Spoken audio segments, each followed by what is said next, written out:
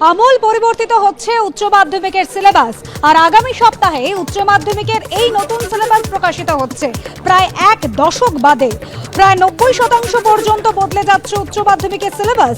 এবার থেকে দুটি সেমিস্টারে পরীক্ষা হবে উচ্চ মাধ্যমিক।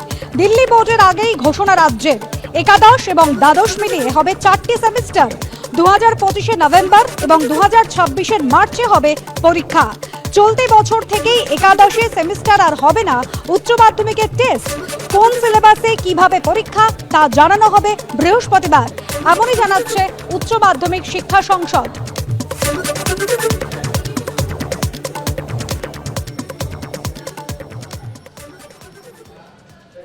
বিশেষ যে জায়গাটা হচ্ছে সেটা হচ্ছে আগে অ্যানুয়াল সিস্টেম অফ ইভ্যালুয়েশন ছিল, এখন সেমিস্টার সিস্টেম হচ্ছে, যেটা অনেক বেশি বিজ্ঞানসম্মত, চারদিকেই স্বীকৃত। হায়ার এডুকেশনে মানে বিএ বিএসসি গ্র্যাজুয়েশন থেকে শুরু করে পোস্ট গ্র্যাজুয়েট সর্বত্রই এটা রয়েছে।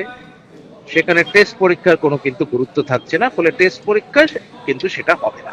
আর আরেকটা যেটা ইস্যু হচ্ছে, সিলেবাসটা পরিবর্তন করা হচ্ছে, মানে রিভিশন, সিলেবাস রিভিশন এবং বাইফার্কেশন, সেই হিসেবে আমরা করছি। এই দুটো জিনিস করছি, কারণ সিলেবাসটা অনেক জায়গায়, কারণ লাস্ট সিলেবাস রিভিশন হয়েছিল 2013-তে, এবার সেই 13-র পরেই 2024 হচ্ছে, 11 বছর বাদে।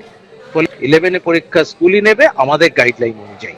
এবারে যারা মাধ্যমিক দিল সদ্য 2024-এ, তারা যখন এবার উচ্চ মাধ্যমিকে ভর্তি হবে তারা সেমিস্টার সিস্টেমেই ভর্তি হবে। আর তারা যখন ক্লাস 12-এ উঠবে 25-26, তখন ক্লাস 12-এর হচ্ছে সেমিস্টার সিস্টেম চলবে। এবং 25-26 ব্যাচটা যখন ফাইনালি যখন এইচএস দেবে, 25-এর নভেম্বরে হচ্ছে ফার্স্ট সেমিস্টার এবং 26-এর মার্চে হচ্ছে সেকেন্ড সেমিস্টার। সেই ব্যাচটা হচ্ছে ফার্স্ট পাস আউট ব্যাচ হবে, যারা এই সেমিস্টার সিস্টেমে থ্রু দিয়ে উচ্চ মাধ্যমিকে বেরোচ্ছে। ইঙ্গিতপূর্ণ মন্তব্য করছেন